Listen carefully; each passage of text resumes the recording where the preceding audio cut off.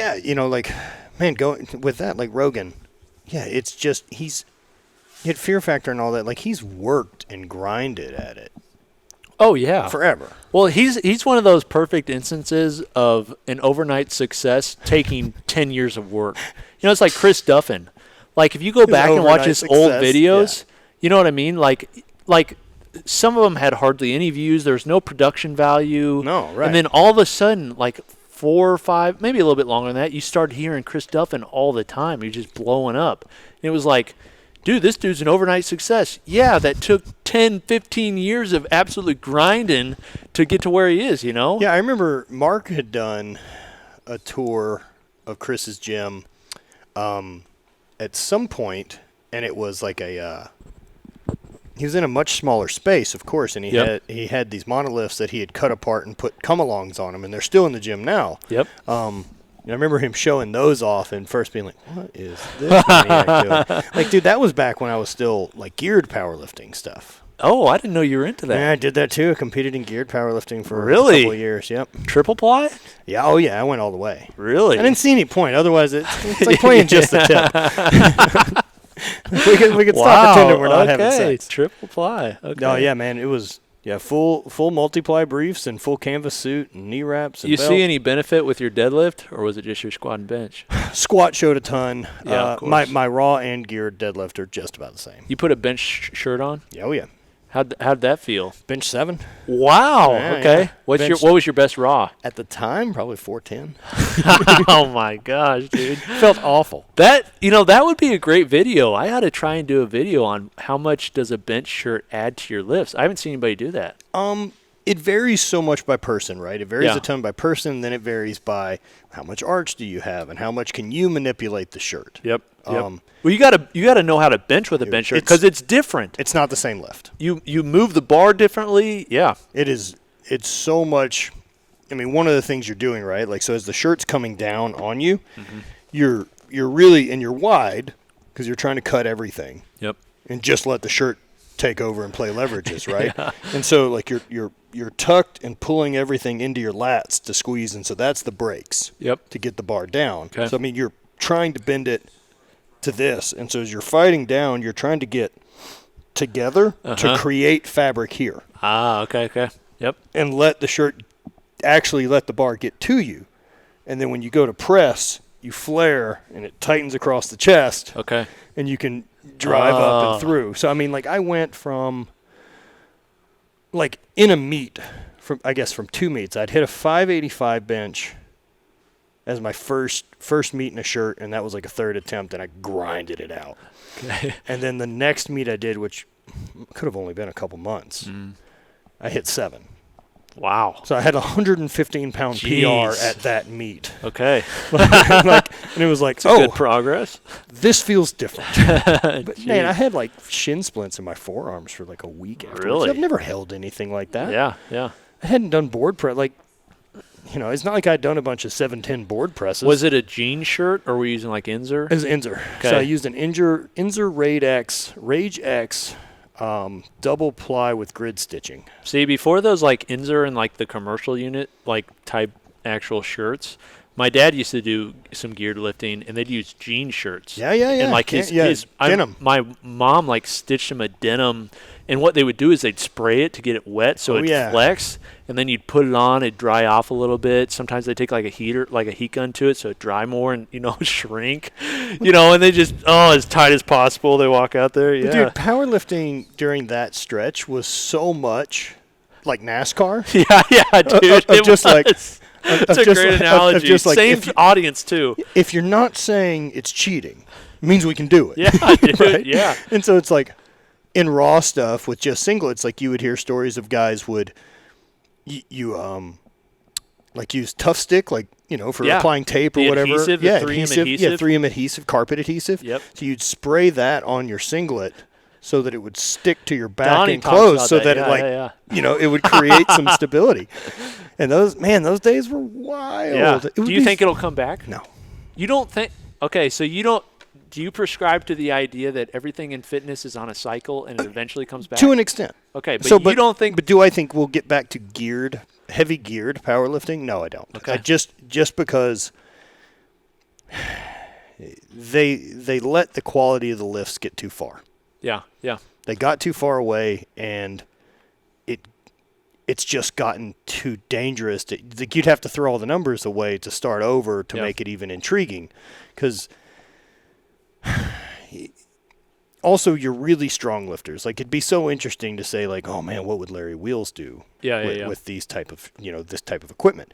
But that type of equipment worked really well the more bloated you are and the more you had squish. But then you see, like, a Ray Williams, and you ask the same question. Oh, I'd love to see Ray Williams lift in gear. I would love to. But then again, he doesn't need it. No, and so, like, what do we want to see Ray? And also, Ray Williams' squat is not a good geared squat. So he squats pretty narrow. That's true. Yep. It's a very west side squat. Yep. Is a geared squat. It's just really wide. And it's all sit back. It's all posterior box chain. Yep. Vertical shins, and it's just so that you're sitting back, trying to stretch as much fabric over your ass as possible, so that it drives you back up. Yep. So where does, in your opinion, where do geared lifters, best geared? You're talking like your Dave Hoffs, your Donnie Thompsons. Where do they lie on the spectrum of all-time strength athletes?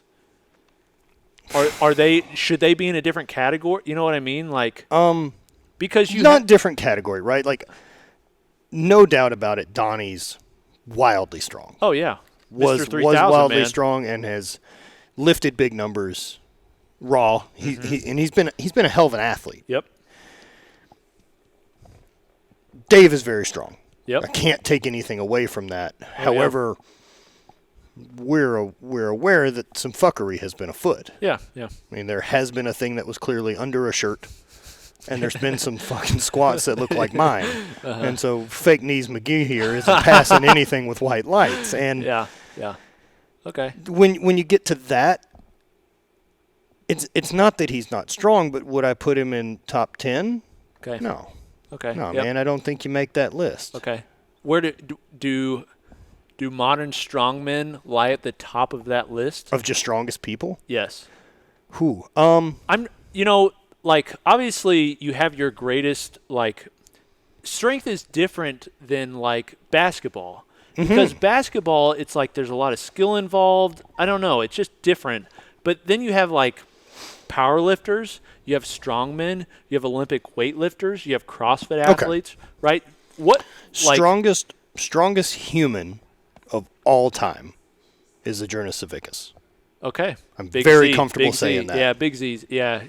Yeah, even like, I don't know what Thor speaks on him, but you see, like, Brian Shaw and some of these other guys, the way they talk about him is just, like, legendary. Well, Adjournas also never causes any real drama. So quiet, yeah. And he was quiet for a long time, not to mention, like, he competed at that level of strongman for 20 years. Like, he's only now just 40. Like, he's my age. And without the notoriety that current modern strongmen get. Correct. Have you seen his the way where he trained, he trained with? There wasn't Instagram. It wasn't popular. No, I mean, they talk about that. Like, even Kaz has talked about it, right? Of, like, you watch old strongman during those days, and you see him with, like, the big log.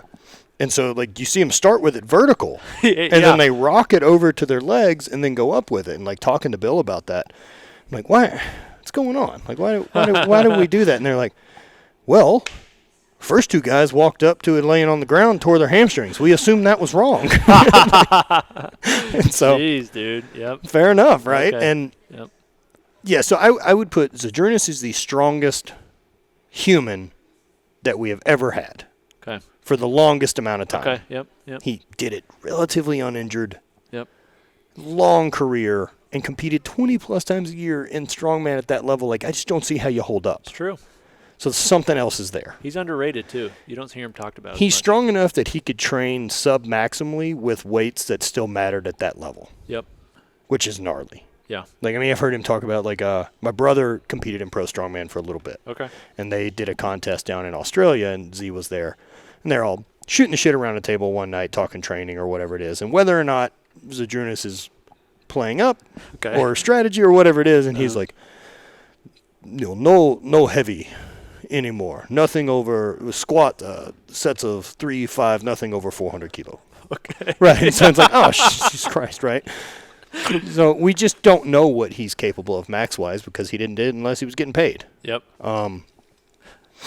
I would say Zydrunas is the strongest guy of all time. I think if I'm making that list, I have to put Eddie, Brian, and Haffey. No. Where does Eddie Cohen? No, Eddie not Cohen. Eddie Cohen. As strongest people of all time, to me, that's like almost a sheer just poundage, right? Okay. That like if we're picking an ultimate bad guy to fight. Yep. Okay. Like, yep. Now, if we want to start getting into like body weight, we got to put in like Pyros Demas, and we've got to put in all these other monsters. Now, greatest powerlifter of all time, Eddie. Yeah. That's my thoughts on it. Okay. Eddie did it for a long time. He did it raw. He did it geared. He set records in both and was built for it. Oh, yeah. Dude. You know, that's what's cool about watching like LeBron James, right? Is you got a guy who's got the gifts. Yeah. And is also willing to work. The drive. Yeah, dude. And Eddie had it. Right? Yeah, my dad trained around Eddie a little bit. When he had tigers? when he had the Tiger King? Yeah.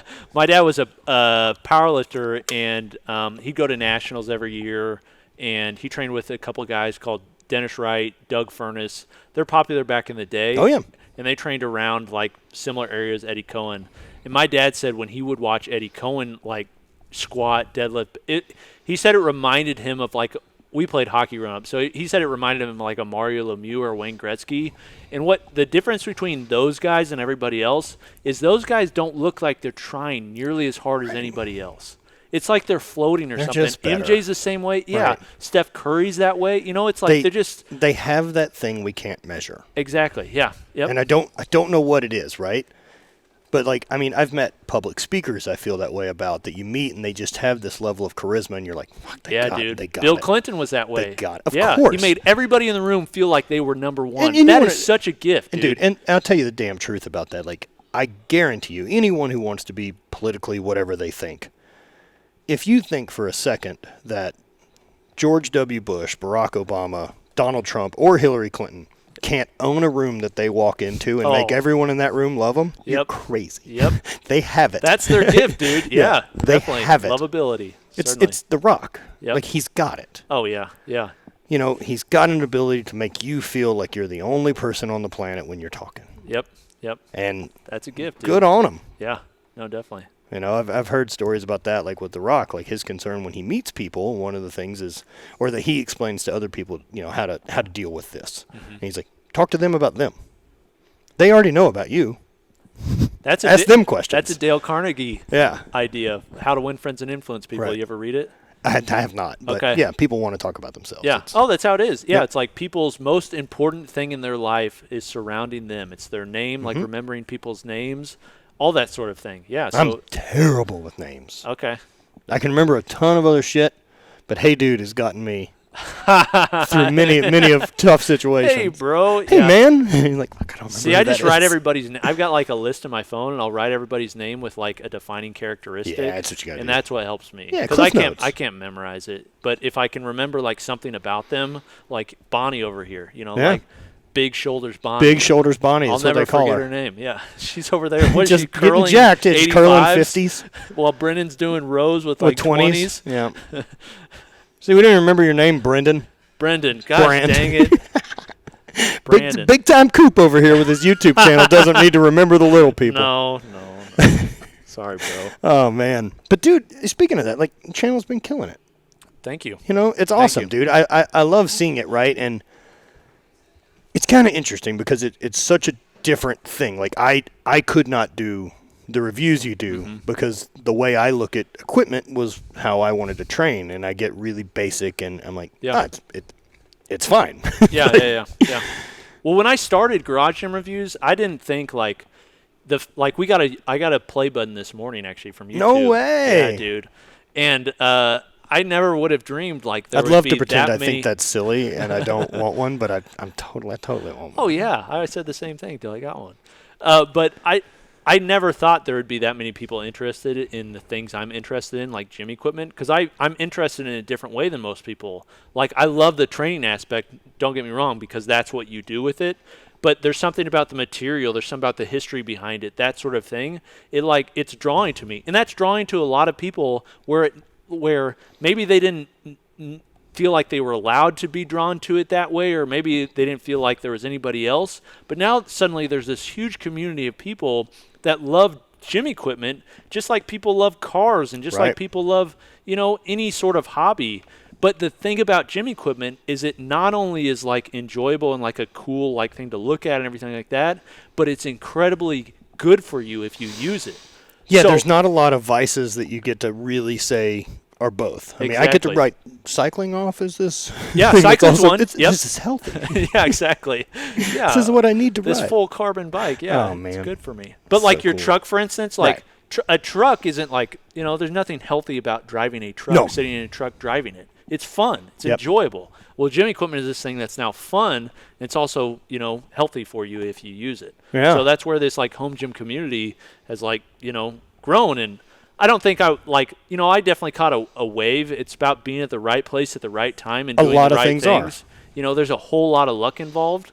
And I think, part of it was catching this wave of CrossFit, like going into garage gyms, Rogue and some of these other companies creating like this like fervent environment, and all these companies creating equipment now where like the scale of equipment and the price of it is being brought down, but the quality is being brought up. So there's more equipment available, so more people can start home gyms. And I certainly had some part in that, but mostly I just rode the wave. Well, sure. But I mean, what I always think is interesting too is though when you started on this side of the industry, you weren't just doing review stuff. And you play to what people are wanting. Yeah, definitely. This is showing some success. Let's lean toward that. Definitely. Yeah, you see what works. And I remember Mark Bell a few years ago, he made an Instagram post or a story or something, and he was like, every time I post something, it's a test, and it's a test to see what works. And whether he does that or not, like, who knows? But that's kind of my goal is every time I do something, I'm trying to track analytics to try and figure out, is this something that people enjoy? If they enjoy, then I'm going to beat the absolute crap out of it. If they don't, then I just move on to something else. Man, and I know that my adversity to that mentality has been part of my detriment. I guess there's just some part of me that's like, but I'm going to make what I want to make. Yeah. That's why I started this. Well, I'm not going to be fucking owned by this crowd or audience, which is, it's silly. Yeah. It's a silly thing to feel that way, but I feel it sometimes. It has to be curtailed in a way that's true to you. So none of my stuff is like, I don't feel like anything I produce is against like my values, my morals, the things that I'm interested in. Everything I produce and like show to the world is things that I enjoy and I'm interested in. Right, and luckily for your channel, like you're not stuck doing a bunch of gimmicky shit. Yeah. And I think part of that was because I was doing vlog stuff as it was the way I wanted to tell my story. Yeah. On kind of a day-to-day saga and what I'm doing. And really what I wanted to show from me vlogging was I'm doing it every fucking day. Yeah. This is how I show you what consistency is. Yeah. Right? And so whether that's training or anything like that, I don't train with any magic. I don't believe in this, here's a super dude per program. Like, I think the one you follow is probably going to be fine. Yeah. I'm a relatively simple guy, you know what I mean?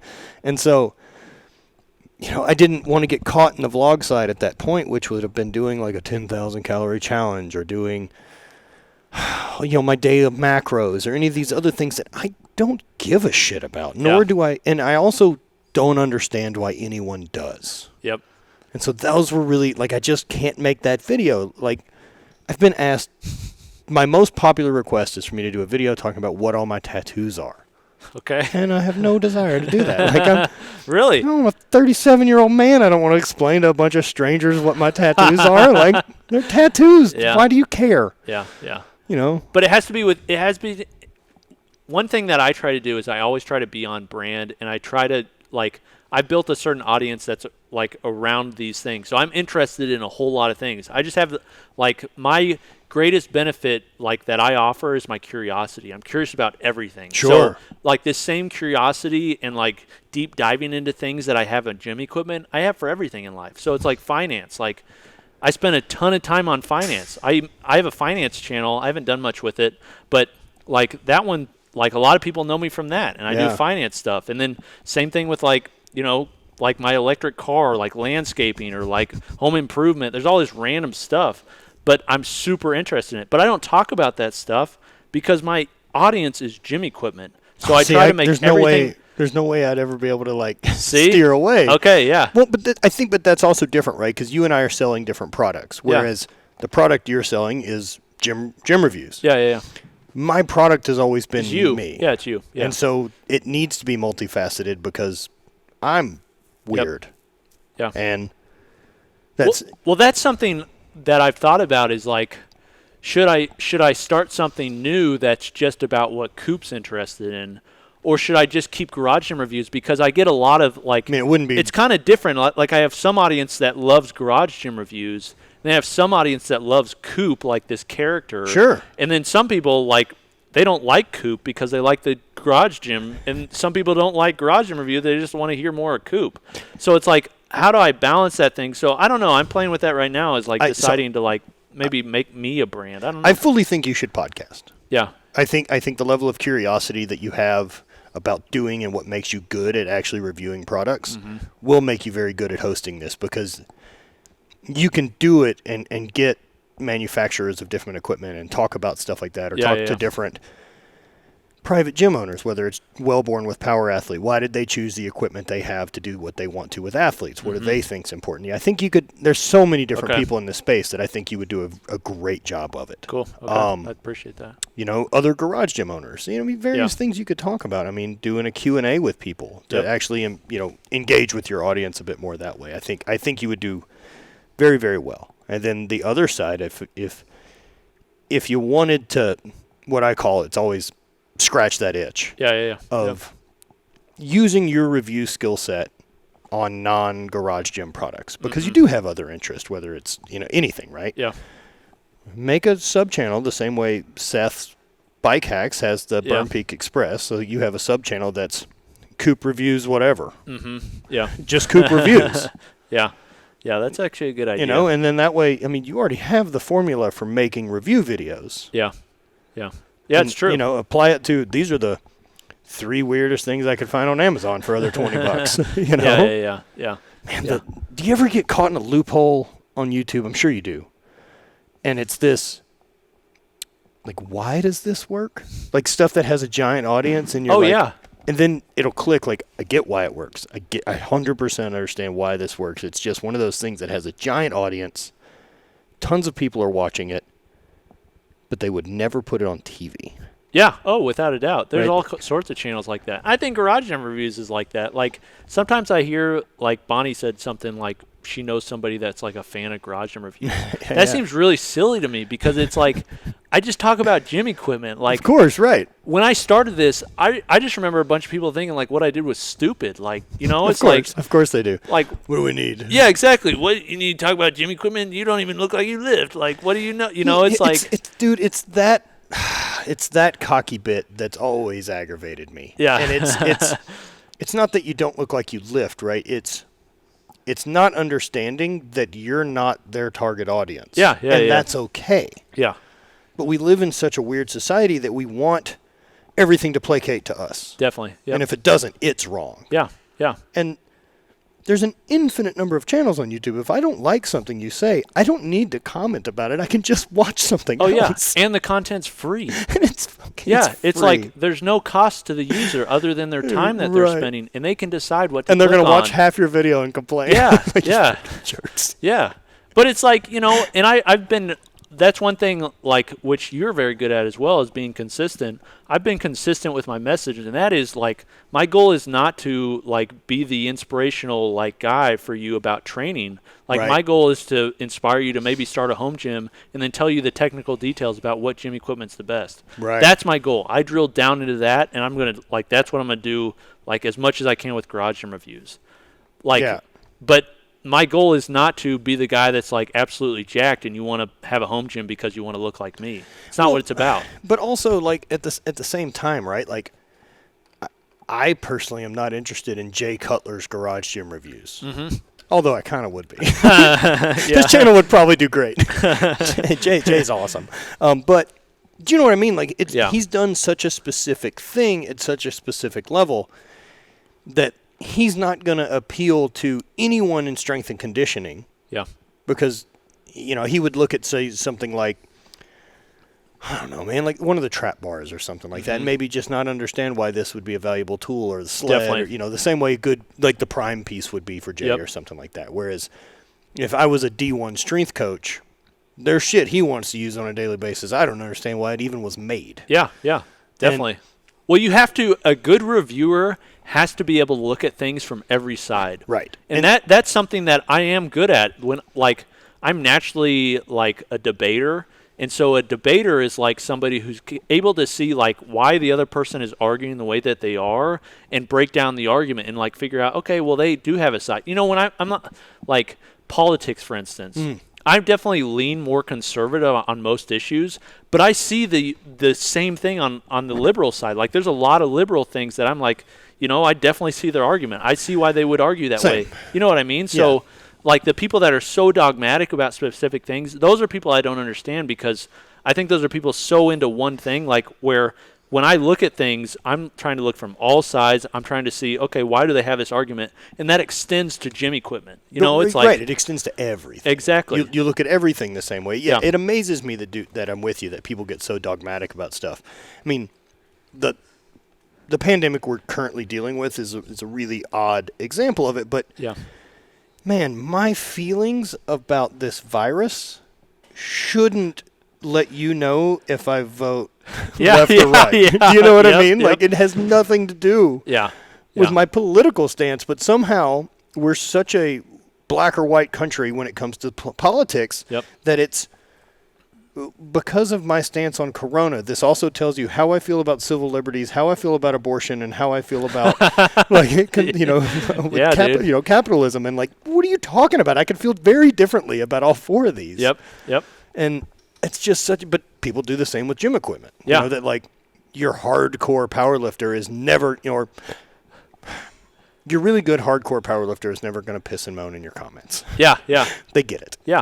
But your guy who wants to be identified as a hardcore powerlifter, he's the guy who has to come onto your channel and be like, oh, those pistol grips from Sornex, that's stupid. Maybe they're just not for you, man. Or the people that are dogmatic about the specific gym equipment company, as if that company is like sponsoring them. There's or has some, you know what I mean? It's like they are Titan Fitness till they die. And if anybody talks about USA Made, you know, it's like, well, why would you buy USA Made when this is cheaper? And then you have the person that's all into Sornex or Rogue, and it's like, well, Sornex was the 4-way hole post, and they created everything. You know what I mean? It's like, dude, I'm into this stuff more than anybody, and I'm not that way. Right, we're not mad at other car companies because they also put 4 wheels on a vehicle and a steering wheel. Someone did that first. Is everyone a ripoff? Yeah, but that's the way we are about products. Like, we like get behind them. You know, and I think it's kind of cool that it's extended gym equipment, and the fact that people are so excited about it, they'll get behind it in a way that they want to argue their position about why an equipment company is better than another one. But at the same time, it needs to be put in perspective of, does it really matter? Well, there's a lot of weirdness, right? Like, because I also think, especially with boom in garage gyms and boom in, you know, equipment sales and all this, and especially boom in Cerakote bars with American flags or any of these type of Gucci gym equipment, like as we called it, right? Like, how much of that stems from Instagram culture? Oh, without a doubt, a lot of it does. Yeah, like we talked about it a little bit when we were in Iceland last year with Runar and other friends, and like their country was in real trouble, 2007 to 2009 because of the financial collapse. Like it was ugly over there. And Iceland is booming now because of tourism. And so, I mean, essentially, there's part of it that you kind of would have to say Instagram saved your country. It's probably because true. People are fucking standing around doing this, man. And, like, when we were there, like, you go out to Black Sand Beach at Vic, and the amount of tourists that are there hosting private photo shoots, it's bonkers. Really? Yeah. Okay. It's very rarely do I see American tourists do it, but it's tourist. It's someone who paid to come to that country to take a photo in that location for someone else to see. Yeah, it's true. It's a very, very weird thing. And so how much of the garage gym review is that, let me show off this space now because I need it to be Instagram. Well, isn't that kind of funny? Like, this is a activity that takes place in a home that really homes never got saw, other than your close friends and family. Right. And now we have an opportunity to, quote unquote, flex on people, like of the things in our home. So suddenly, like home interior design and all that sort of thing is a big thing now, like all over Instagram. The same thing is extended to home gyms. It's not just about what you like to use in your home gym or making it a place that you like to use. Part of it in many people's minds is, I want to post this on Instagram so it looks cool. Without a doubt. I would say that there are probably numerous home gyms that are being used far more for Instagram photo shoots than actually good training. Yeah, it's probably true. There's a fair number. Yeah, and like, and equal to the number of people who are absolutely killing it and never posting. Yeah. That's the other side of the spectrum. Yeah, and I think about that a lot. And so I try to, I'm on both sides. On one side, I'm like, well, do what you want. It's your home gym, right? Absolutely, right. Do what you want. Like, it's your home gym. It's your money. Decide what you want to do. And I'm into cool things too, so I'm going to post about cool things. But I try to be on the opposite side of that. And the opposite side of that is saying, like, you don't need all this stuff to train. You know what I mean? Like, you don't need all this stuff to be a better athlete. You don't need. So I try to not just be on one side. I try to be on the side of, hey, if you want cool stuff, you can afford it. Great. Yeah. But be understanding that you don't need adjustable jammer arms in order to get stronger. They're cool. It's the only option. Yeah. It's like they're cooler, but you don't have to have them. There's guys that are a lot stronger, more fit than I am that have way less gym equipment. Yeah. And you got to understand that. There are plenty of people that are world-class strong that have basically only lifted on squat stands. Yeah. Well, look at you. Like I was very Highland basic Games. home gym. Yeah, and very basic home gym. So nice equipment. Yeah. But I mean, I didn't have a big variety of belt things. Squat or No, exactly. It was fine. Barbell. I'll stop using a straight bar when it stopped working. Yep. But here's the thing: we're so abundant in this country. Like, even our poverty level compared to the rest of the world, it's still wealthy, right? Like we have fat homeless people. Yeah, that's a great way to put it. Yeah, exactly. So because of that, we're at this place in life that we can, like, buy things that we want to use just because we want them. Exactly. And as somebody who's like, I'm a capitalist, and I'm somebody who's like, more like, do what you want to do. I'm not going to tell you what to do. Government shouldn't tell you what to do. I have no problem with people buying what they want. The same way I feel, right? It's just as ridiculous as the fact that, again, our lives are so comfortable. Yeah. And we have free time. Yep. That we have to do fake manual labor to build muscles that we don't ever need to test. I love that. Yeah, dude. And that's truly what it is. Yeah. That's how fortunate we are. Well, that's why when we started Garage Gym Reviews, everybody used to say, and this, like, you could see it. It was like, that's not necessary. Why would you even have that? Today, I hardly see any of that. No one says it. Because the culture's changed. Because suddenly it's now acceptable to have all this gym equipment. And that's just a few-year period. I wonder how much psychologically, right? Like when baseball got in trouble with all the steroid stuff, right? And I think there was this time period that we felt that they had access to different training or supplementation that if we could get our hands on, man, we could be like them. We could train the way Michael Jordan does, and that will change things when in fact it won't. Yep. I wonder how much of that now, because, I mean, you can have a home gym. Like, back then, it didn't work. Like, the internet didn't really work. The economies of scale. The barbells sitting over there, any of those barbells that you look at, even the cheap ones, would have cost over $1,000. Yeah, of course. Not including shipping. You pay another $400, $500 for shipping. Yeah, things are more affordable now, too. Oh, yeah, because more companies are in manufacturing. They've gotten better. And more better people are buying it, dude. It's like the amount of eyes on gym equipment. That's the thing, is like nobody, like, there's a lot of companies, they had no interest in home gym owners. No. Power lift, or it's a single, like, think about it. Yeah, power lift, it's a single product you're selling. You're selling a one item. Why would you want to sell one barbell when you could sell 50 to a university when the goal is gym? Gold's Gym. Exactly. Or Gold's Gym. Which are oddly now bankrupt. Yeah, exactly. Are they gone? Well, what they did was they closed their 30 franchise locations. Yeah. Or they closed their 30 company-owned locations. They kept the franchises open. Oh. Yeah. But, I think, this is like, all they're doing is stopping the bleeding. Yeah, and maybe they're recognizing, and who knows. I think it's a business move. It's not like our president's a billionaire and he's declared bankruptcy numerous times. Yeah. It's a way to stop bleeding. Definitely, yeah. It's like, we only have this much money. we're not paying anyone anymore. Yep. Credit's not a big deal because we'll have cash. Yep. Yeah, it's true. And I think, obviously COVID has something to do with that. Of course. A huge part. Well, but I think another part, and I've said this many times, and I've had arguments with people about it, is I think home gyms, I think that's one of the futures of fitness. I think home gyms are going to continue to grow and continue to take market share from all of these commercial type gyms. And one of the reasons is because there's so much money being pumped in here to make it connected. Like, if you've ever used a Peloton, if you've ever used Tonal, if you've ever used Mirror, if you've ever used Tone, any of those, they all feel like you're in like a gym class with other people. See, I use Zwift, but Zwift doesn't do like those do. Like, have you done Peloton? I haven't. Dude, I'm telling you, it feels like you're in a spin class.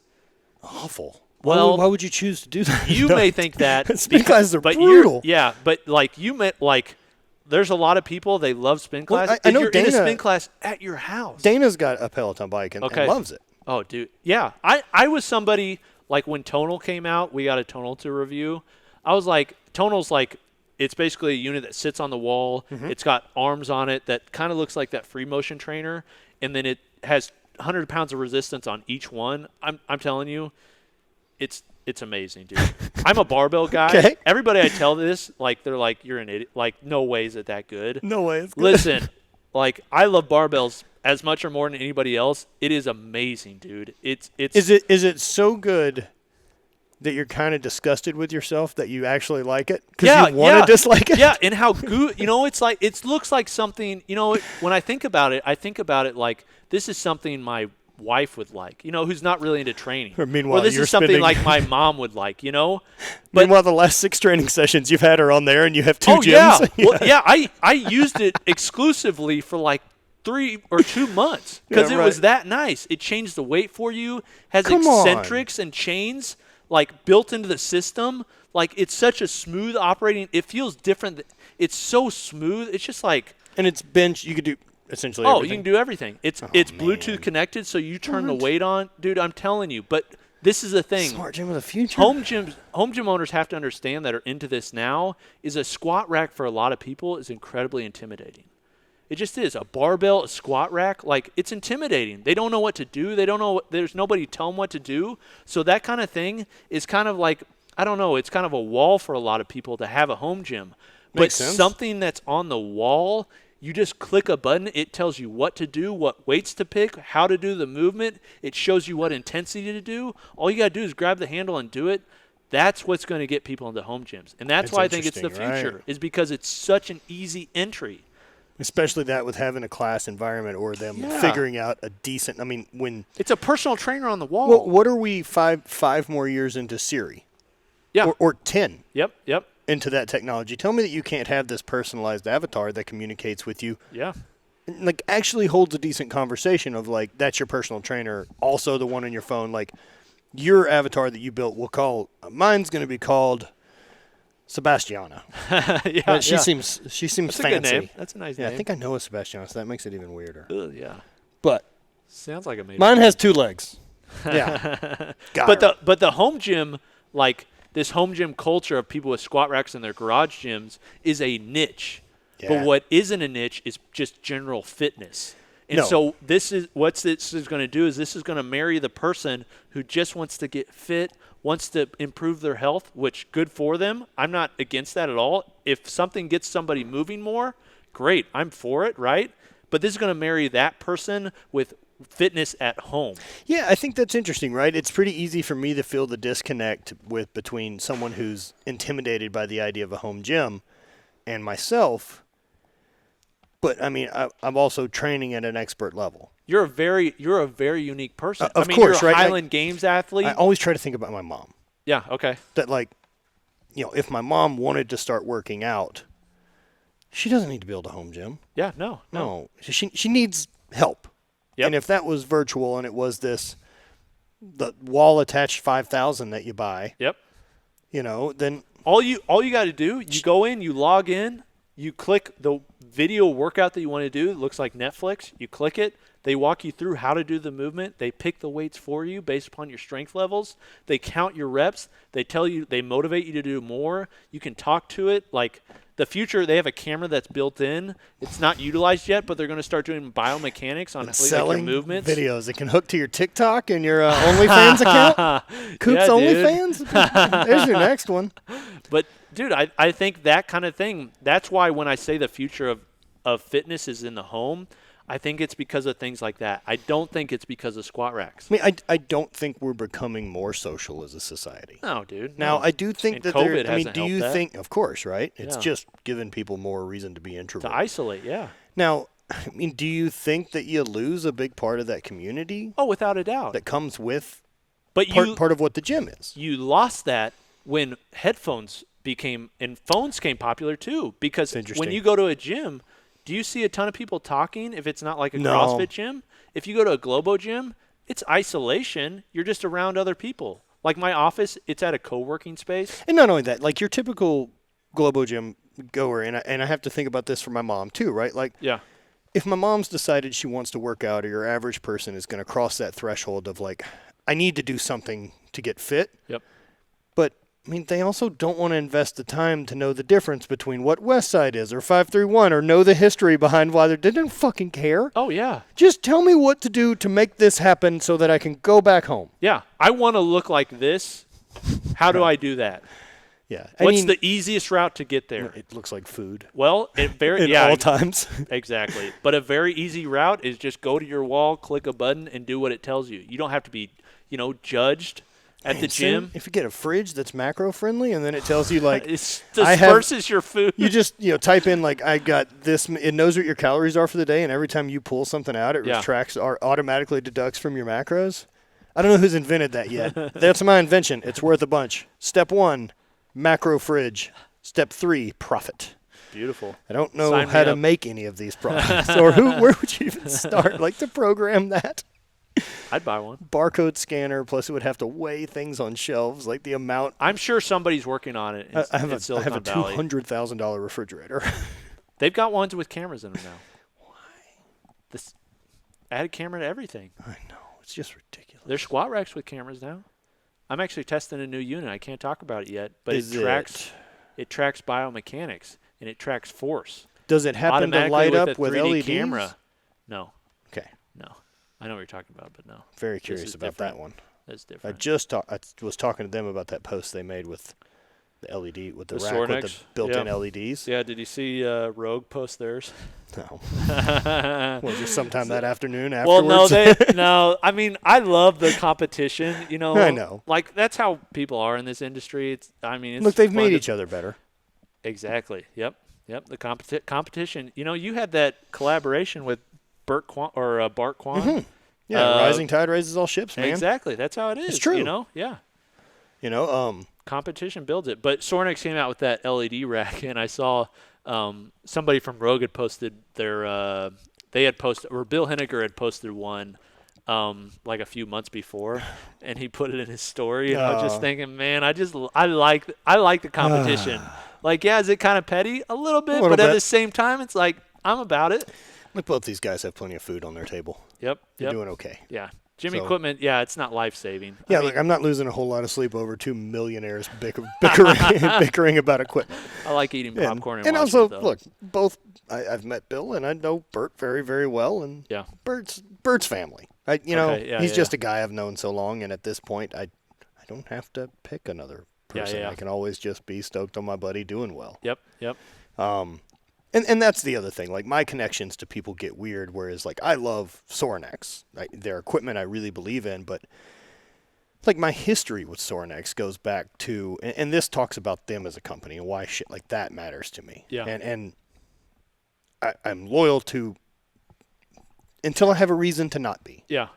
See, and that's where I'm different, and why, and I should be. You're a review channel. My goal, and I want to say this. My goal is I'm loyal to the home gym community. You should be loyal to your audience. That's your loyalty. That's the home gym community. I am loyal to the home gym community. I am not loyal to companies. Yeah, I mean, and what happens is there's people that have come into the market that are like reviewers or like home gym influencers, and you can tell they're loyal to the company, not loyal to the audience. And that may be great for short-term gain where they'll send you more equipment or things like that. But my goal is to be here 10, 20 different decades down the line. This is otherwise you pigeonhole. So I piss everyone off. Right. It's just how it is. And like if something comes out, like something came out a while ago and I got a call from the company because I like compared it or I said something about it that I didn't like or something. But when they call you, what do they want you to take it down?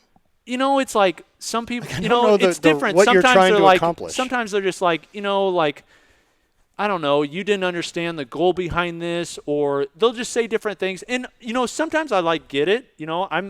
I should be critiqued very much because I critique everyone else. So I don't have a problem with it. But at the same time, like, I just want people to know my loyalty is to like my audience. So when we review equipment, it's to be honest, and it's the reason I say things that are good and things that are bad. But I also think that same loyalty to your audience is a loyalty that you have to these brands, because brands that want honest reviews. Correct. Which is great because you won't review bullshit. And if a company doesn't want honest reviews, then they don't need to be in the market. Exactly. And so at least Rogue, Sorinex, Titan, or any of these people know that they'll send you a thing and you won't praise it or shit all over it just because of the name of the company. Exactly. You will give it a go. Exactly. And I'm glad you noticed and that. So because that's honesty if it's made in China, like my goal isn't to like be political. Nope. Like my goal is to provide, this bar, like for instance, we were talking about the Titan Safety Squat bar.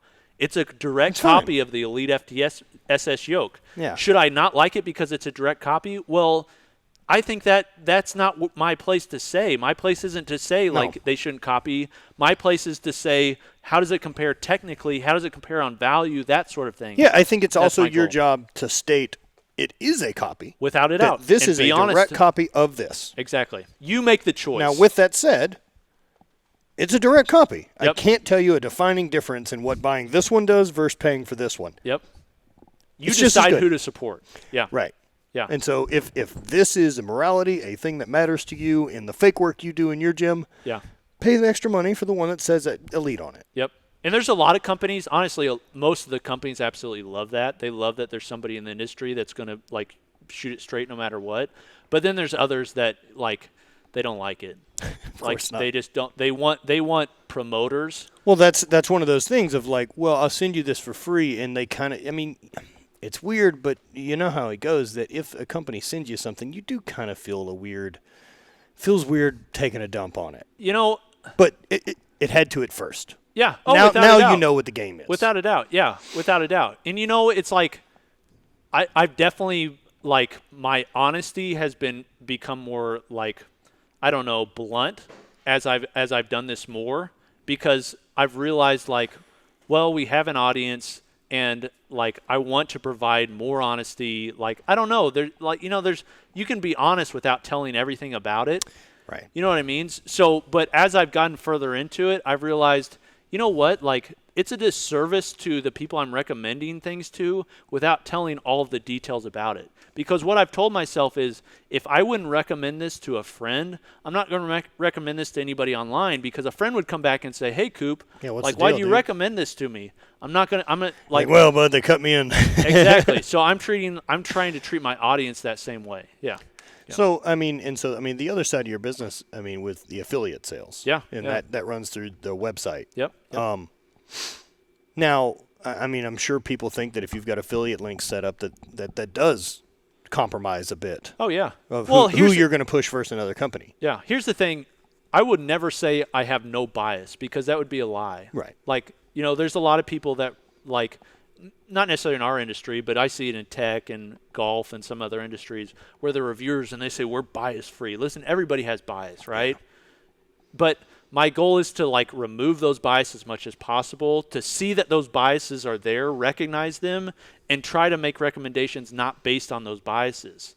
So I try to say, okay, I'm biased in this way. How can I make sure that bias doesn't affect what I talk about or what I review or things like that? But bias can play both ways too, right? Because if you're used to a certain quality or a certain whatever coming out of a company, like you may have a bias that like, not that I just think everything they weave is gold, but I expected more. Yeah. Oh, yeah, without a doubt. You know, that something like this came out, I expected more. Like the Rogue Monster Bench. Mm-hmm. I've been very clear that I'm a big fan of Rogue. Like, sure. Just like I'm a big fan of a lot of these companies. But I really like Rogue. They've done a lot of great things for the industry, for the home gym community, and they make great equipment. But they came out with that Monster Bench, and I thought it was half-assed. They didn't – it's not it doesn't have gloss, so they just did texture powder coat. Why you'd put texture powder coat on the Monster line, I don't know. They didn't add the handle was like a basic handle that took forever to put on. Like, there's just different details. They didn't put washers on it. Just little details. It's like, this is Rogue's Monster line. Rogue says they're making the best equipment, and Monster line is their best line of equipment. This ain't it. Yeah. And so I said that. Well, you know what happened? They ended up sending me a bench a week later with all the specifications that I asked for, and now they discontinued that one and sell the one that I wanted. That's super rad, man. That's a huge, like, cool fingerprint in the industry, right? Very cool. But, you know, like, if I didn't say that, then that wouldn't be available, maybe. You know, maybe the only one to be available would be that. Consulting jobs for these companies, right? Maybe someday. Who knows? Oh, man. Yeah. Why not? Yeah. I mean, at some point, you've got enough reps and enough hands-on finished product of equipment that, man, I think there's something unique that comes from the eyes of getting to see the finished product the first time. Yeah. Versus having to be part of the whole build process and evolution of it. Yeah. Because, I mean, it ain't your baby to kill. Well, I've definitely been a part of like some development and equipment. The issue comes in, like, if I help develop a piece of equipment, that introduces a big bias that's very hard to turn away from. I'm sure. You know what I mean? Like, I'm working on a product right now, and it's like, should I review this? Well, if I review this, I'm really going to have a hard time saying what's not good about right, it. Because you know what I mean? It's great. I helped. So it's like, you know, like, I'd rather play that third-party watchdog of the industry, and maybe someday, you know, I'll get more involved in, like, you know, consulting with companies. Okay, so take that for example. Let's say you are doing that. Who out there would you send it to have it reviewed by? Oh, Brandon Campbell. Yeah. Without a doubt. He's one of the only reviewers that I really respect, and the reason is because he's always honest. Yeah. He's honest almost to a fault. And sometimes has been about everything. It's also been part of his gimmick. Brandon's a great guy. Oh, yeah, yeah. And he's, like, honest with me. Like, some things, like, I've done, he's, like, been honest. Like, I appreciate honesty. Like, for instance, Sornex made the post with the LED rack, and he commented, like, and it pissed a lot of people off. I thought it was funny, but he commented, like, well, maybe after you finish working on this LED rack, you can work on, like, lowering your shipping costs or something, you know, and that made a lot of people mad there, you know. And that's tough, right? Because as someone who ships things. Oh, I'm not getting this money. Definitely. Like, this isn't my money. Yep. It just goes to these assholes. And they're not set up with my company. They're not set up for that, you know. Like, Sornex they're more of a, like, they're not set up for the home gyms quite yet, you know. But they did come out with the off-grid rack, which that was their goal for. But if I was going to send something, you know, it'd be Brandon Campbell. Yeah, dude's great. Yeah, he's awesome. I've known Brandon a long time at this point and chatted a lot. He's been a good friend. Yeah. Yeah, I love what the guy does, and he keeps it very dry. And he is very dry. He's very, like, his videos, sometimes I watch them, and I'm like, man, if he put a little bit more effort into, like, the showiness of, like, the B-roll and stuff, he'd probably get, like, more hype around it, more views. But, you know, like, his goal is just, like, this is what I think, very quick, you know, not show, like, you know, he does it in his basement, you know, but it's very good. Like, if you're just looking for recommendations, it's also not a full-time job. Brandon has a real job. So one of the things that you take from a channel like that is he doesn't have to buy us to pay his bills. Yep, that's very good. He's true. also paying for equipment, a lot of it. Yeah, you know?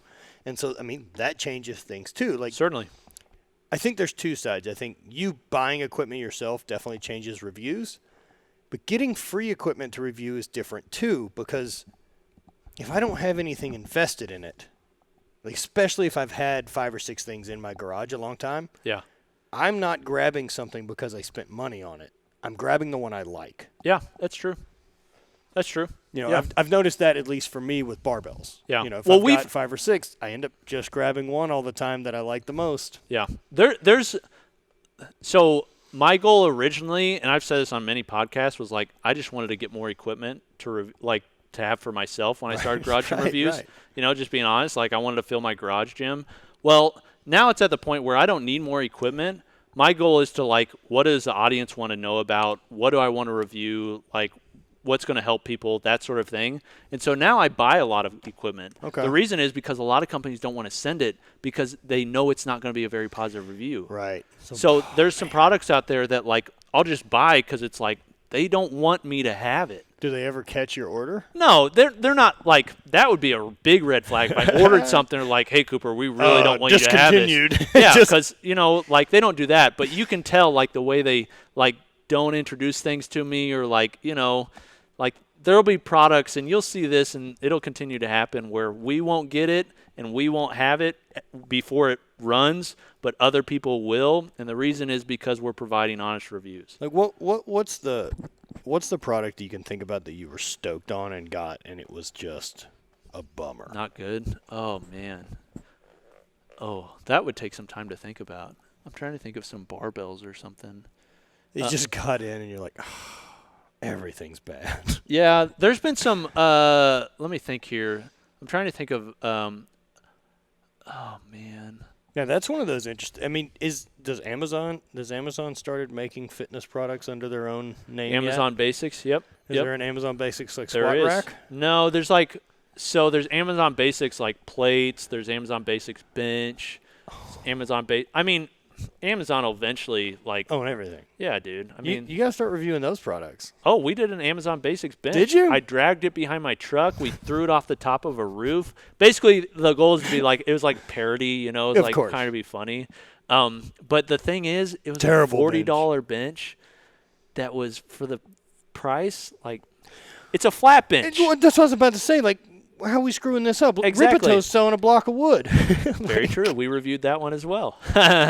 He's fucking out of his mind. He is, dude. Out Ripato is very dude. Ripato, dude. One thing about Ripato is Ripato holds to his guns.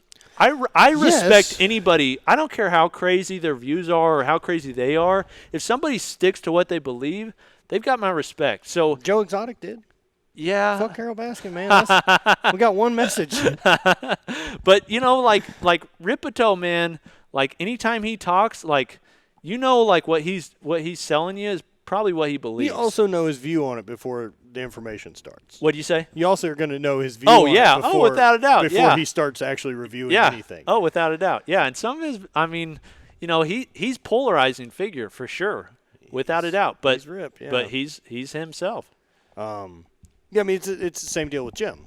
Windler's very same way. You know he has a hard line on these things and probably not going to falter a whole lot. And there's other guys that are becoming more that, like Mark Bell, like for him to get to the level of audience that he has, he probably had to be a little bit more like, you know, toe the line as far as his beliefs, as far as what he shared. Maybe not. I haven't followed him for like, you know, since he was like really old, but it seems like more and more he's becoming more like talking about what he really believes in. So talking about his political beliefs, talking about those sorts of things. I didn't see that early on. Maybe not. I think Mark in the last 5 years has opened his eyes to a lot more just outside the gym. Okay, yep. You know, that's true. Especially going from – I mean, Mark's real concern for a long time was Mark's powerlifting career, and that's what he was chasing, was trying to do this thing for him. And then – I mean, Slingshot stemmed out of a way for him to train through injuries. Yep. And so what started as a selfish pursuit, you know, has become a business and then has become a big business. Man, how has it – can you tell me that? How has it become – how is it so big? Man, do that many people buy Slingshots? It's that. It's knee sleeves. It's wrist wraps. It's all that. And then margins are good on those things. He's been smart, man. Yeah, his gangster wraps. Margins are really good. They put out different colors and different designs. Plus, the YouTube channel has grown a ton. Yep. And what Mark has done is he's built a persona. Yep. And he's got a bit of a gimmick and a bit of a character. Well, that's something that a lot of people don't realize is a lot of these characters you see on Instagram, on YouTube, that sort of thing, they're characters of themselves. Like me, like Coop is a caricature of Cooper in real life. Of course. So I'm like, you know, the way I am in real life is very similar to Coop, but there's no way I can be like. Well, but it's Coop on. Yeah. And I'm Yeah. very, very much the same way. Yeah. That like it's me all day. Like it's all the way at 10. Yeah. Yeah. You know, and it's fast and it's going and it's trying to be the life of a thing when normal days by this point of the day, like I don't want to talk to anyone. Yeah. Like I want to sit inside and stare at the TV and not think. Yep. Yeah. But yeah, it's everyone's created a character. Now, how much that character varies from who you are as a person, we've seen that across the board from people. I mean, look at someone like wildly popular channel, LA Beast, like guy does food challenge stuff, or Furious Pete. Like I think he's had a really complicated go of branching out away from doing competitive eating because he's shown so much real genuine stuff and then training stuff, but that's less of a niche. Hasn't been popular, yeah. So he still has to make a video occasionally, right? Yep. We see that. I know Meg Gallagher had issues, you know, for a little while, but trying to that Meg Squats? figure out the difference between who her character was and who she actually identifies, and then it gets blurry. Yeah. For people. Yeah. Yeah. But you have to know thyself, you know, you have to be true to yourself, and you have to, you know, like, what are your true values? What do you value, and how does that, like, affect who you, like, actually are? So you're portraying something to the audience, but you have to remember, like, you have to keep that in check for who you actually are. Yeah. And I mean, man, there's, you know, luckily for me, like, there's stuff that I want to do on my channel and talk about more that I've reached out to friends about in the space, and they're like, we don't think it's a good idea. And I'm like, well, all right, noted. I got 4 no's on that one. Well, you've kind of started going more towards a line of things that you're interested in, like your release of the at 420. The grinder. Yeah, exactly. That was probably something where 2 or 3 years ago, exactly, you would have probably never done. You feel like you just can't do it, and now. I mean, for me to pretend, I don't know, to even almost take a stance on marijuana of any type of negative would be very hypocritical of me. Okay. And I refuse to feel that way. I mean, I'll be super honest that through all the knee surgeries and chronic pain and everything that I had, it's by far the most valuable thing that I've picked up and added to my life. And it's made a gigantic difference for me. Yeah. It helps me mitigate pain. It helps me be less frustrated at the end of the day. It helps me down-regulate. It's great. I think it's a fantastic product. More people should use it. But I also, like, one of those changes that's happened through my career is, like, I don't really drink. Okay. And so what kind of started as a guy doing Highland Games and having a couple beers and doing all this is, like, now it's like, I don't drink, man. I don't not drink. Mm-hmm. It's very rare. Am I like, I'd like a drink. Okay. Yeah. It's close to never. Yeah. I mean, but if we were going to have, like, if right now you're like, I have a really nice bottle of whiskey, and you're like, that sounds delicious. You know, I'll get in on that. But I mean, and so, I mean, if it's okay and my audience is going to be okay with me selling pint glasses. Yeah. Which I've never done because they're a pain in the ass to ship. Okay. But something like that, right? Yeah. But this is something I also believe in. Yeah. And it was really weird. Like, it's one of those products that, man, I still didn't know how it was going to go. Mm-hmm. Because the funniest thing about it, and Kelly Starrett pointed it out to me, it's like we posted about it, and, like, the likes on it are super awful. Okay. And it's definitely one of those things that people are looking at, and it's one of those, like, I don't want other people to know I liked it. Uh-huh. Yeah. And so... Yeah, it's still, you know, like... I mean, we did 250 of them for 420, and they sold out in the first 6 minutes. Wow. On launch. Jeez, so I probably undershot that one a little. Jeez. Problem is, I don't know when or if I'll make more. That's not how I operate. Like, you missed it. Yeah. When are those coming back? You missed it, man. Yeah. Supply and demand. That's how this whole business model works. Is Have you ever considered making gym equipment? No. Okay. Because... Not something you're interested in? Because someone else does it who really cares. Okay. And I don't. I don't care enough that I need my name on it. Okay. Do you know what I mean? And part of me feels like if I'm not making something better than already exists, I don't understand why I would go into that market. I'll just lift on Sornex equipment. Yeah. Yep. What am I producing that's better than theirs? Okay. And even the style of training I believe in, like, I don't think that there's a specialty thing that I'd be like, this is the trick. Like, I don't have that answer either to even have Sorinex make a Matt Vincent product. Okay. Yeah. Okay. You should probably squat, bench, deadlift, and overhead press, man. You'll be all right. Yeah.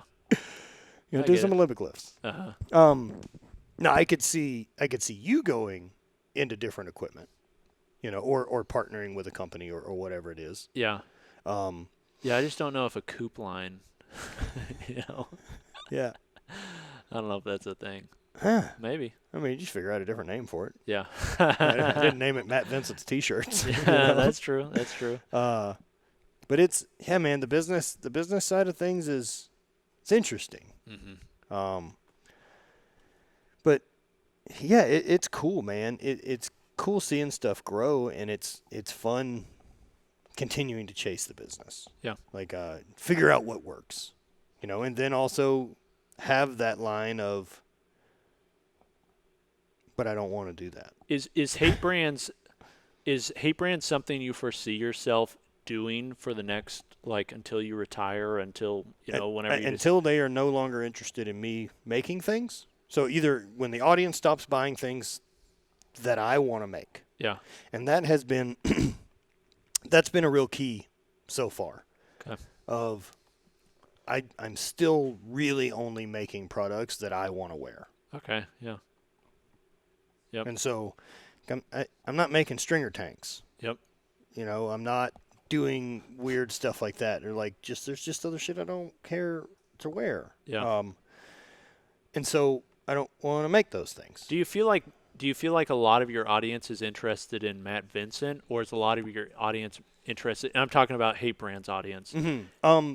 Are they different? Are they separate? Or are they synonymous? I'd say the Venn diagram overlaps a lot. Yeah.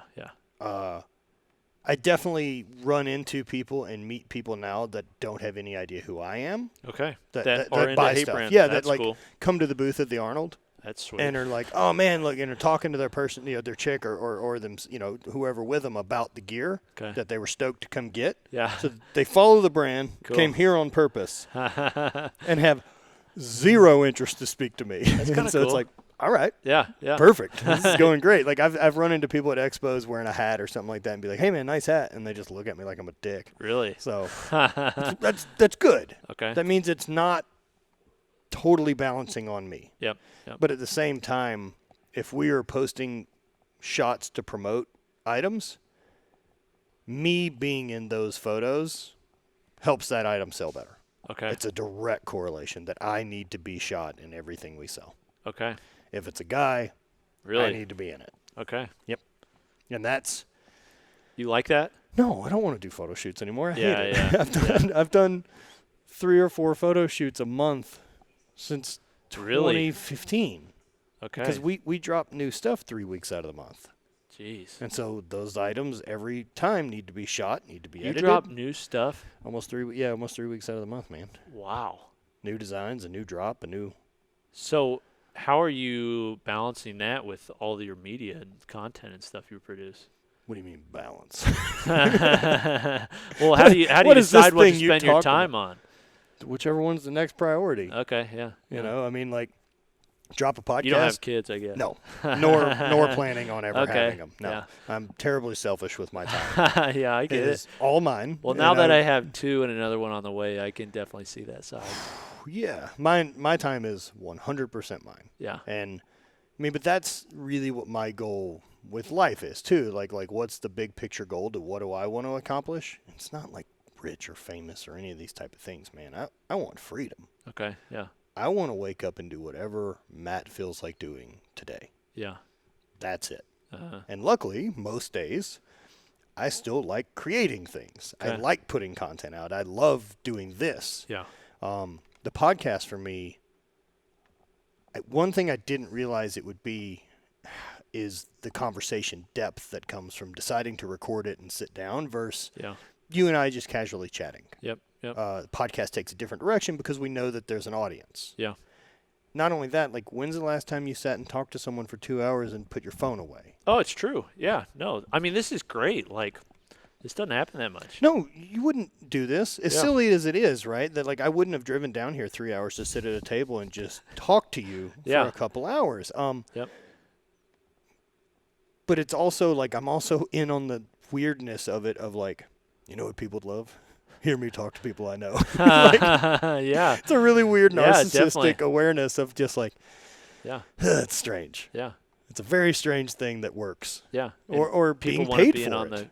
being on the conversation. Yeah, being paid for noises you make with your mouth. Yeah. Very odd. It's a good way to make a living. It's a great way to make a living. I very fortunate and very lucky to get to do the things that I want to do. What do you tell people when they ask you what you do for a living?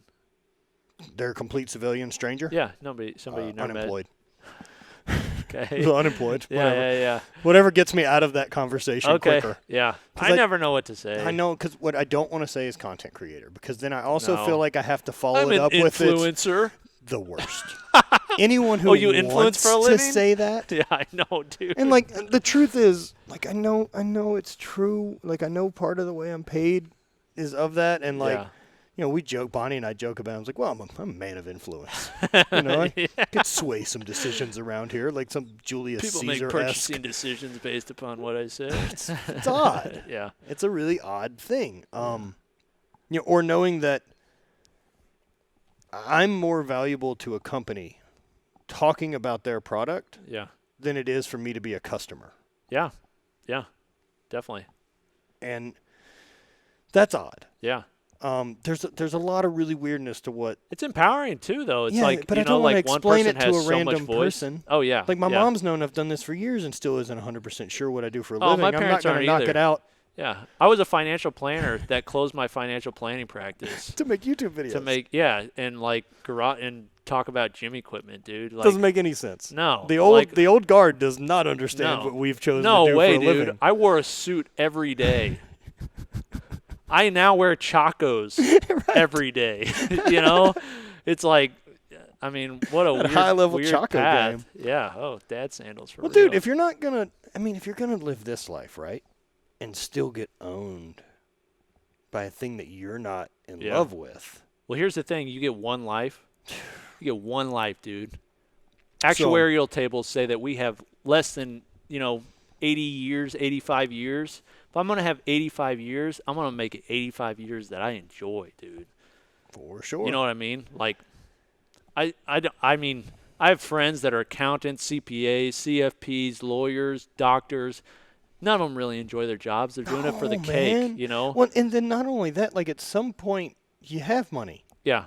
But you don't have time to do anything with it. So once you have your basic needs met, the amount of more money you make isn't going to provide that much more happiness to you until you get to like this insane level. No, what they say, the amount per household of like the optimal happiness is like 80 grand. Yep. Because at 80 grand, I was thinking about that. Like, what does that really mean, right? At 80 grand, you can probably afford a car that doesn't break down. Yep. You have a house that isn't, or house or an apartment. You can rent something that isn't a shithole. Yep. You can have furniture that's yours. Could probably save some money. You can eat out. You can eat out occasionally. You can enjoy your life. Go to movies. You can probably save a little bit of cash. Yep. And because you're not at that level financially that you're drowning, that level of like even someone being terribly frugal, making such a low amount with a household, especially with a family or anything like that, that like you got a shitty car and then like we're saving $100 a month and then a tire went out. Yeah. You're broke again. Yeah. Over a flat tire. And then maybe that snowballs into like you can't get to work. Yep. And so you didn't get the paycheck that day. Yep. So now this tire has cost you these two things plus a sick, whatever those things equal. But there is that break-even point of I don't have to sweat my mortgage. I don't have to think about the electric bill. Like you can just put all of those things into a pile of things that just take care of themselves, and I don't ever have to care how much they cost. Yep. Like to me, that freedom, right? Of I'm far from the world's most frugal person in any stretch of the term. But, I mean, I'm not rich by any stretch of the term either. Yeah. I drive a Toyota Tundra. I've done some modifications to it, but it's a truck with 130,000 miles on it. Yep. I mean, we bought a reasonably priced home. Mm-hmm. We live well within our means for the income that we make. And for me, that's the freedom part. Yeah. Because now I don't have this giant machine that has to get fed every month. Definitely. That you're owned by. Yeah. Well, it's trying to strive for financial independence. And that's something like I'm really like into. Like I want to retire. I want to be completely financially independent by the time I'm 35. That's my goal. Okay. So now I don't want to confuse retire with quit working. Financially independent means I don't have to work if I don't want to. Right. I'll never stop working. You could just live off of whatever interest is or... Exactly. I love work, but like my goal is I don't want to be a slave to a lender. I don't want to be a slave to anyone. No. You know what I mean? Right. So my goal is to basically like be financially independent. So if I don't want to work, I don't have to. Or if I want to spend like my hobby and what I do now is a hobby. Yeah, I mean, in the words of financial advisor Juicy J from 3-6 Mafia, pay cash, don't make payments. That's right, dude. That's right, dude. Yeah. So, that's a proverb. I'm a Christian, so that's a proverb in the Bible. Don't become a slave to the lender. Right. Borrow is a slave to the lender. So, I'm not trying to be a slave to anybody. Anyone. Or anything. That's the thing. Yeah. I don't, the things I have, the cars, everything else, no, I recognize it doesn't own me. I don't need it. Right. I always live with that in mind. It's like, if this was all gone, would I still be just as happy as I am? Yes, because I'd have my family, I'd have my friends, I'd have what I enjoy. I don't need, the possessions in this world. That shouldn't be everything about my life. Yeah. Right. And work-wise, I like what I get to do. I really love getting to do this. Yeah. This was what I enjoyed of my outside sales job that I did for 10 years was building relationships and interacting and holding conversations. I also like talking to so many different people because my interests are across the map. Yep. And I like learning more things. Yeah. Yeah. From someone smarter than me. And yeah, man, getting owned by your car payment or living outside your means like that, it's such a crazy... Well, that works for gym equipment. All of a sudden, there's all this gym equipment that's now able to be financed. Oh, man. You see it on almost all these manufacturers' websites. Or whoever it is Klarna now, or whatever. Yeah, it's finance a barbell. Listen, Linda, Let me help you don't need to finance a barbell. Please don't do that.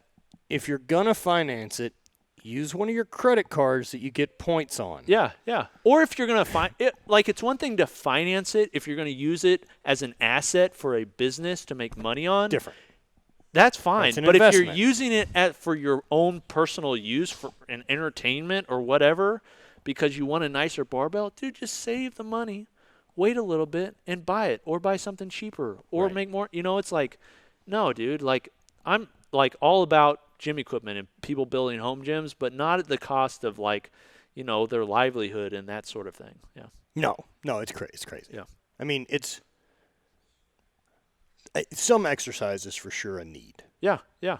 But you can do a whole lot of exercise with your body weight. Right, and I wonder how many people now that when I put my first home gym together, I spent $185. Okay. Off of Craigslist, I got the scariest squat rack that's ever been built. Oh man, it had to have been homemade. Okay.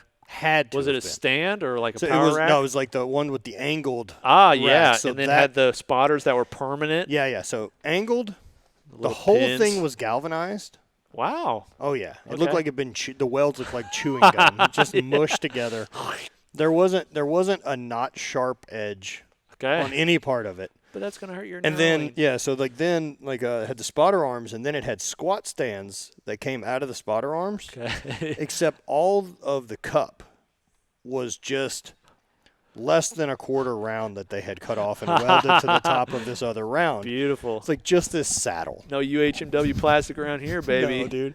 And that thing was so terrifying to put things back in the rack. You're just trying not to lose a finger. But it was $185. I got that. I got a really junk barbell. Okay. And 300 pounds of weight. Jeez. I got a great deal. That's a killer deal. All of it was bad equipment. In today's environment, that would be $4,000. Right? Yeah, this is a nice custom piece now. Yeah. It'd be an artisan welder. Yeah. Some kind of leather These apron. These are custom rust spots. Some guy making smoothies in a leather But apron. Like, what do you think you're doing? You're not welding back there.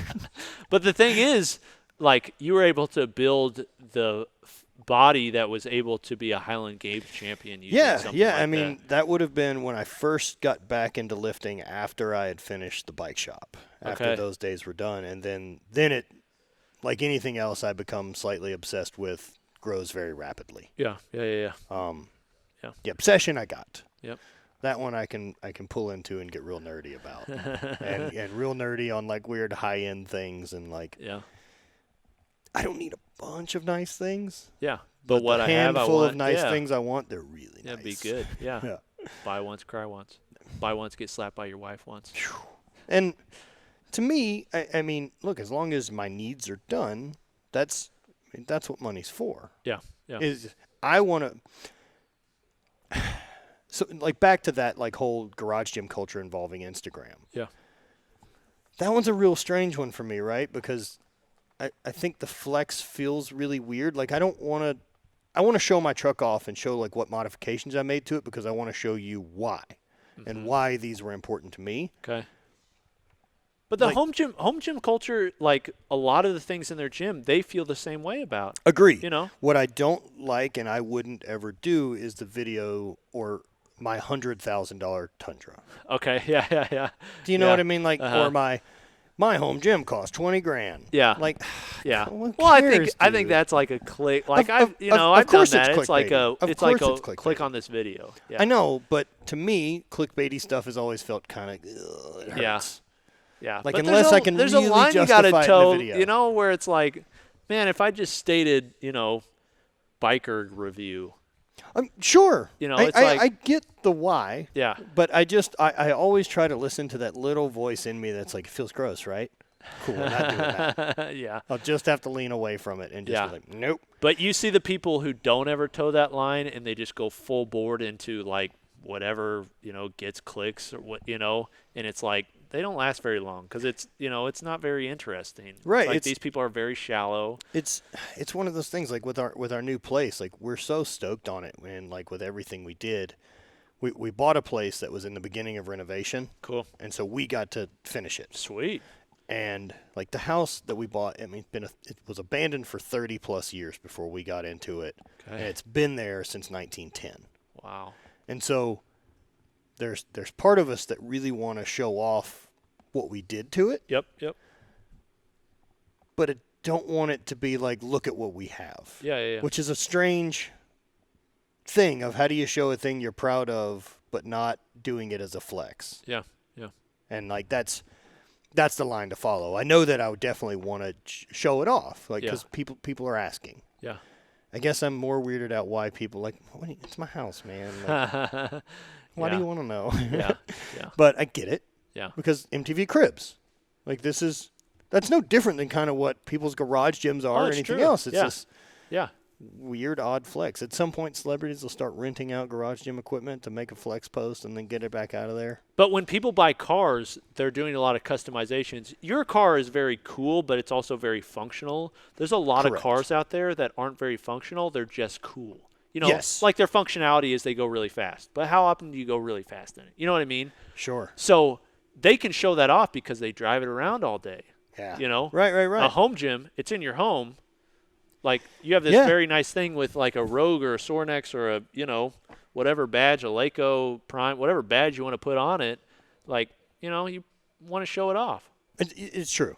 Yeah. It's true. And, I mean, I'm guilty of it. My home gym that I had in Louisiana was great. Yeah. I mean, I had jerk blocks and a platform I had built. Like, I was very proud of that. That gym with a home Sornex rack. Like, no one had that whenever I was. Yeah.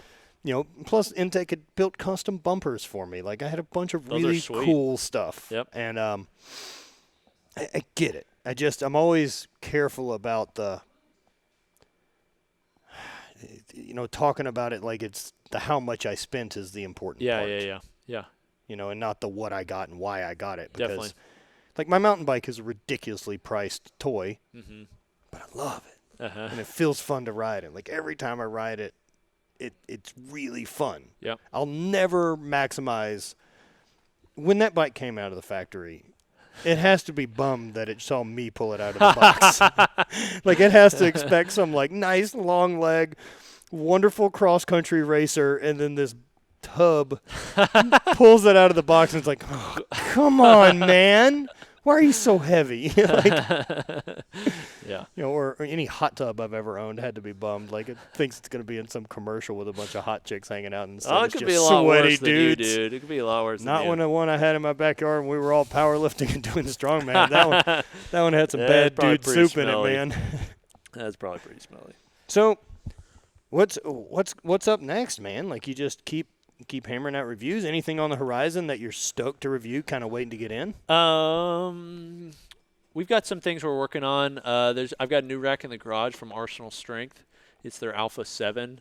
It's the beefiest, biggest rack I've ever used. It's 7-gauge steel. They've got this new. I mean, moving that thing into the garage. Out of they've gauge for a while. Yeah, a lot of these companies will do whatever you want. The D1 colleges, I remember were asking. I remember Bert and I talking about it one day. He's like, yeah, they wanted it made out of 7-gauge steel. Yeah. I'm like, has one of these ever broke? No, dude. Which one did they break to decide we need one stronger? Bigger is better, you know. Hammer Strength has some 7-gauge racks, you know, like Powerlift. They do all their stuff in 7-gauge, but the America. Yeah, right. We are not a finesse country. No, Are dude, we? Power. This is the Corvette, bigger, man. heavier. Yeah, but the can you buy a used Corvette that wasn't smoked in? Oh. I've never thought about that. That's pretty funny. But it's tough. But the Arsenal rack, it's got these unique, like the way the attachments hook on and everything. It's got a patent pending design. It's very smart. So we're reviewing that right now. Some barbells that are coming out that I don't know if have been released yet, but some cool stuff. I'm working on my first product. I'm excited about. Yeah, so I'm excited to bring that one. In the process of finding basically a manufacturer for molding part of the product. Good. Have fun. Yeah. My last quote for it was $65,000. So yeah, I'm looking for something else. Something slightly cheaper. Yeah. So we'll see. So I'm excited for that. And just, you know, honestly, a lot of my efforts right now is being put into our website, Garage Gym Reviews. If it's a way to put knobs around a kettlebell to use for mobility, don't spend $65,000 on that, Coop. I'd recommend. That was cool. It worked. Yeah. It was fine. I made a thing. Yeah. Exactly. You're an inventor now. It just didn't continue to sell. Yeah. Well, it wasn't my slingshot. But you learned that you didn't, so you moved on. What I learned is I can make things. Yeah, exactly. That if there's a thing I want, yep. I can get it made. I don't know how painful that process is, but I know that there's a process. Yep. So right now I'm working on developing the website, constantly increasing that. I'm learning some developing right now. I'm learning JavaScript and Python. Just like one of my hobbies that I'm one of your hobbies into right is now. Coding. Yeah, like I don't watch a lot of movies. I just kind of just tinker and like learn things. Oh man, that's what I'm interested in. So I want to learn about it because I want to know more about it. So I'm taking some courses on it. Yeah, so that's kind of what I'm working on. I just poorly get worse at Illustrator and Photoshop. Okay. That I have to call in. I have to hire a 23-year-old to come yell at me of how to actually do it. See, I like hire people to help me with that stuff, but I always like to have enough of a handle on it that if something were to happen, I can do it myself or I know enough about it. I think that's very important. That you can do every job. Yeah. Or at least gives you appreciation of what someone who's really good at it can do. Yeah. Yeah, definitely. Yeah, without a doubt. Whenever I was doing daily videos, for example, like, man, I can't imagine doing daily videos.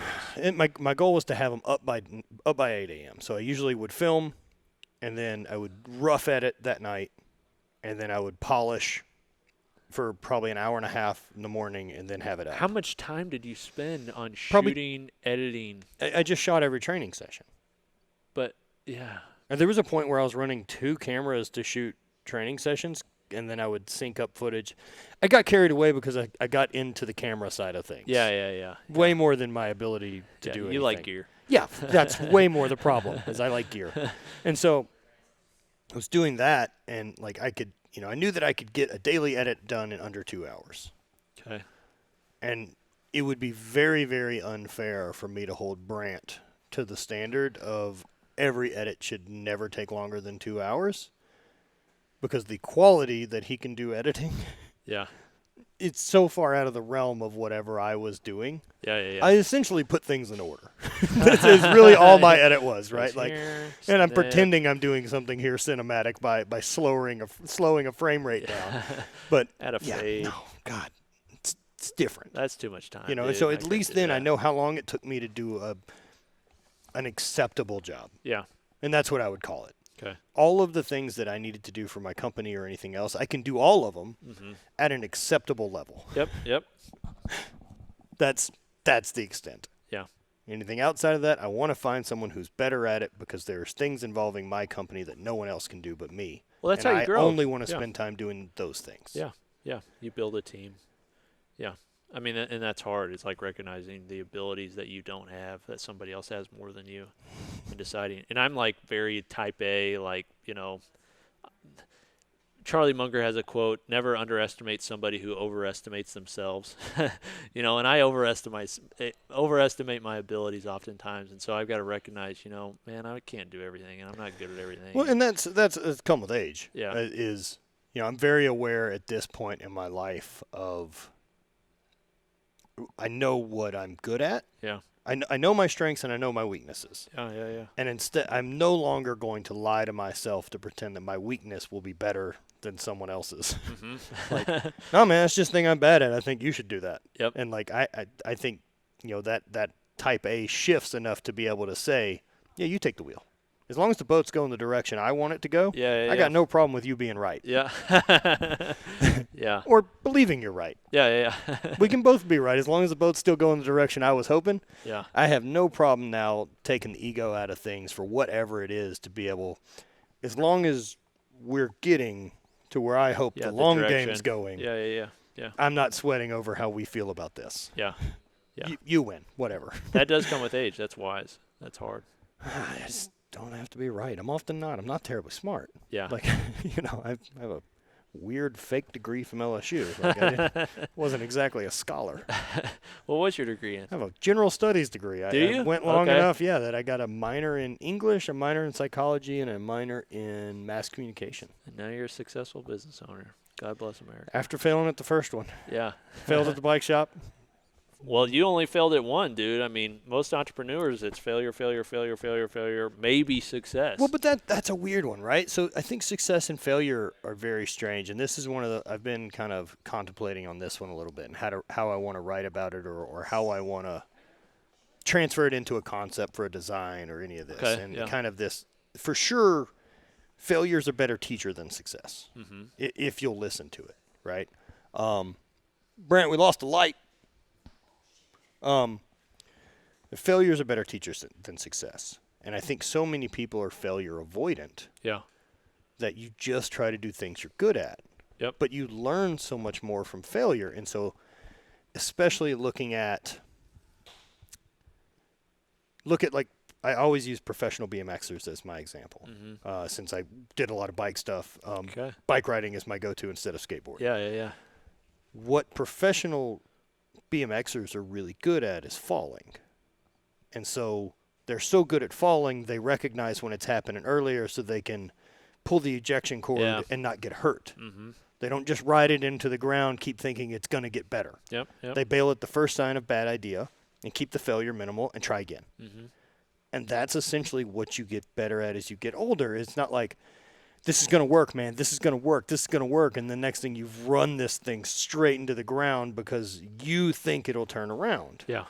Instead of being honest with you of like, well, this was a small bad idea. Let's correct. This was a small bad idea. Let's correct.